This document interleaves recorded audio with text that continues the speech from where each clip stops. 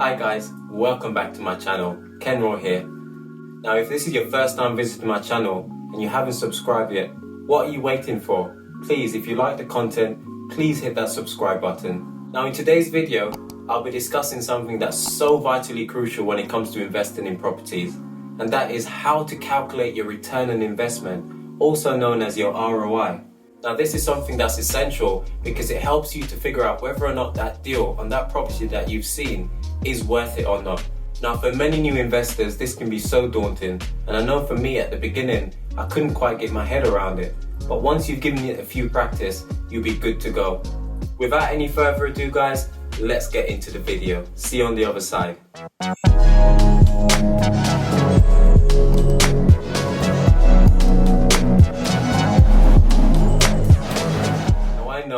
I know, calculating your return on investment seems like such a pain. You have to go through all the figures and figure out whether or not it's worth it or not.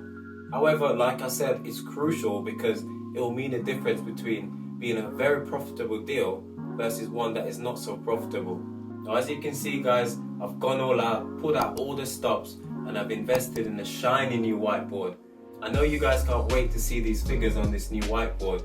Now I've decided to use a whiteboard to put these figures down. Now hopefully it will help you to better understand how to calculate these figures.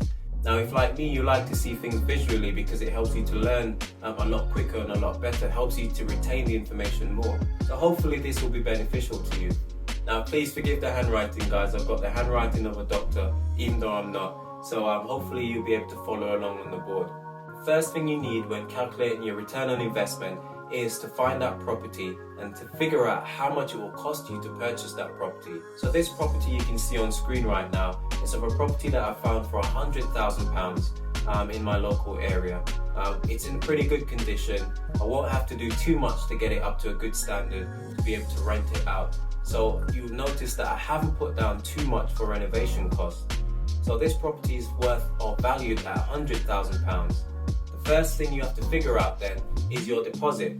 So your deposit is going to be 25%, which is £25,000 up front you'll have to put down for this property. The next thing you have to consider is your solicitor's fees, which I've put down as £1,200. Then stamp duty, which is at 3%. Now this is non-negotiable and you will have to pay stamp duty on this property. Following that, you also have to consider getting some surveys done, which I've put down £500 to cover any survey costs. Last but not least, when it comes to purchasing this property, you have to figure out how much it will actually take for you to renovate this property. And as I said before, this property is in fairly good condition, so I'll only be doing minor cosmetic renovations such as painting and decorating, maybe painting the cupboards in the kitchen, putting on some new taps here and there in the bathrooms and so on. So nothing major. So I've put down £1,500 to cover this, and plus most of this work will be done by myself, so I won't have to pay tradespeople to come in and to get this work done in order to keep the costs relatively low. So the grand total for buying this property will be £31,200. The next step is to figure out how much rent you'll be getting per calendar month for this property. Now in this particular area, the rent ranges from £600 all the way up to around £700 per month. So I've put the rent down as £650 in the middle. Now the next thing we have to consider is your mortgage.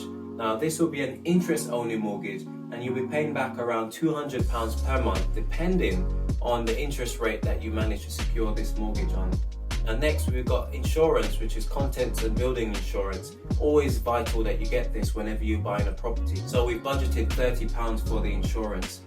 Moving on, we've got maintenance, which is something that I personally think is a good idea to do. It's good practice to put aside each month around £50 per month. Now this will go into a separate pot of money. So in case something goes wrong, something breaks down in that property, you will have some contingency, some funds set aside to do any repairs or to replace anything that needs to be replaced within that property. So once you've deducted your maintenance, your insurance and your mortgage from the rent, you'll be left with a pre-tax profit of around £370 per month. Now instead of timesing that by 12 months, I'd actually say it's best to times it by 11 months. In case you have a void period, say a month out of the year, where you don't have a tenant in that property because someone's moved out and you're waiting for somebody else to transition in. Now we'll then times this £370 profit by 11 months, which will then give us £4,070 pre-tax profit. Now the final thing that we have to do, guys, is to divide our £4,070 by 31,200, which is the amount we invested initially into the property. We then times that by 100, and hey presto, we would then get our return on investment, which will be 13%. Now most people within the investing community, they generally look for around 18 to 20% or more for return on investment. However, this is oftentimes quite tricky, so anything above 17% in my book is still a pretty good return on investment. I mean, where else would you have invested 31,000?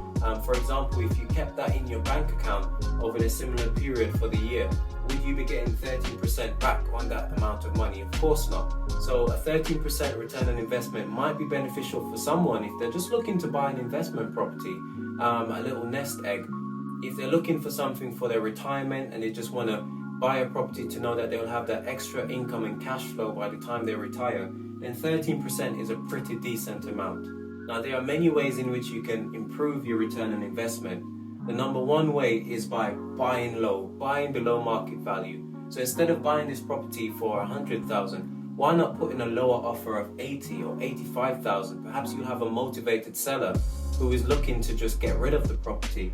If you can then buy it much lower than the market value, you'll then be investing less to purchase the property. You'll be paying less on interest to the bank each month, and you'll still be collecting the same amount of rent per month. Ultimately, you end up making more money each month, and then per year, eventually this will then go right back into your return on investment. You'll then end up with a much higher return on investment. So there you have it, guys, return on investment calculated. I hope that this video made sense and made it much clearer, and if you're daunted by actually calculating your return on investment, then hopefully now you'll be able to just give it a go. Just go searching online for that property that you're looking for and just put the figures down in a spreadsheet or a piece of paper and just keep on practicing so that when the right deal comes along, you'll be ready. As always, guys, thank you so much for all your support. I hope that this video has been beneficial to you, and if you like the content, please smash that subscribe button. And of course, click that notification icon. We really do appreciate it. As always, you guys have been terrific. Thank you so much for all your support. This is Kenroy saying, I'll see you when you see me.